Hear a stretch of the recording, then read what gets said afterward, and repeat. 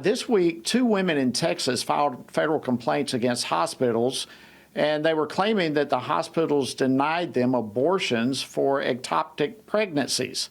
And now, ever since the U.S. Supreme Court overturned Roe v. Wade, the abortion industry, quite frankly, has worked overtime to distort the medical definition of abortion. They do this by blurring the lines between intentional killing of a child in an abortion and versus the tragic unintended death of a child, be it through a miscarriage or ectopic pregnancy or whatever. Well, joining me now to help clear up these myths is Dr. Donna Harrison. She's a board-certified OBGYN who is presently CEO of the American Association of Pro-Life Obstetricians and Gynecologists. Dr. Harrison, welcome to Washington Watch. Thank you for joining us.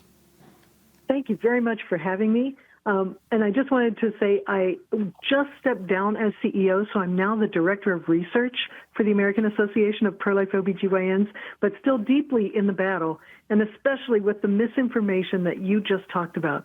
It is All right, so let's ridiculous. talk about that misinformation. What is it? We've got to know the difference between abortions and unintended consequences of the death of a baby. Yeah, it's very easy. An elective abortion, is a procedure done with the purpose of making sure that baby, that living, healthy baby, comes out dead. That's what an abortion is, and that's been testified to by abortionists before the Supreme Court. The purpose of an elective abortion is to ensure that that human being dies before it comes out.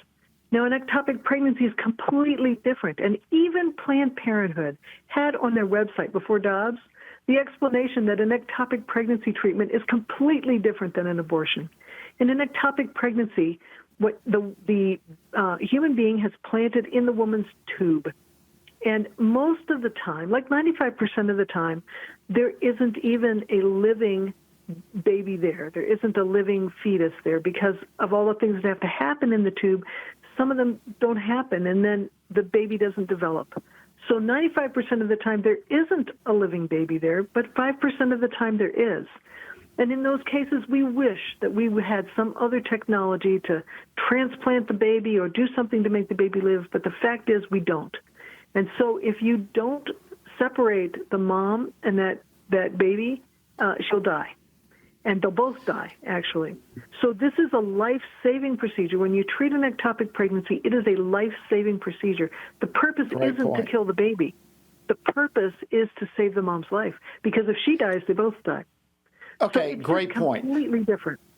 Yeah, okay. So yeah, with that, and I'm sorry to interrupt you, but the lobby, the abortion lobby, is trying to muddy the water on all these definitions, and I think to some degree they've been successful at this, because I find even pro-life people are not aware of what we're really talking about with all of this. So tell us why the existing so-called life of the mother exception language is so misleading. Well, it's not misleading at all. In fact, to save the mom's life, it's a judgment that OB-GYNs make every day. If your doctor can't tell when you're in a life-threatening situation, you need another doctor. And if your doctor can't tell the difference between a dead baby, like a miscarriage, and a living baby, like a healthy pregnancy that someone wants to make sure dies, then you also need another doctor. So when we have a baby that's died and you take the baby out, that is not an elective abortion. And when you have an ectopic pregnancy or another situation that threatens the mother's life, and you have to separate that mom and baby, even knowing that the baby won't live, that is not an abortion. And there are no states in the entire country which forbid the treatment, life-saving treatment for the mom. This is all blinding snow because the abortion industry is afraid of the actual definition of abortion, which is the purpose of an abortion is to make sure a perfectly healthy baby comes out dead. And that's something that people have to understand. That's what people have to understand, and that's why so much deception and mud is thrown into the water to eliminate the clarity of what we're talking about here and what's at stake with an abortion. And the science shows it very clearly as well. All right, so why should Americans be against these exceptions? and I use this word loosely because I'm not sure exactly the best terminology to put this out here, but exceptions to pro-life protections for the unborn. Why should we be against that? I'm assuming because of what you just said. It's it's black and white. I think we need to be black and white in our laws. And the laws across the country, every single law across the country that has any kind of limitation on elective abortion says exquisitely clearly, this does not apply to ectopic pregnancies. This does not apply to when the baby's already died. This does not apply to situations where the mother's life is threatened. And you can't be clearer.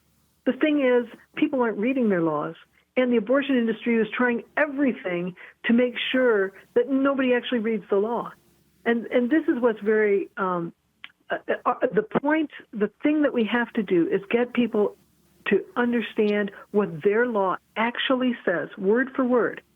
And then the blinding snow will disappear, because the abortion industry cannot provide even one example of any law in any state that forbids life-saving treatment for the mother, or forbids ectopic pregnancy treatment, or forbids treatment of miscarriages. It doesn't exist. This is all blinding snow by the abortion industry. Dr. Donna Harrison, thank you for being such a clear voice on this issue. As that message has to get out. It has to get out, and thank you for doing an incredible job. Thank you for joining us today on Washington Watch.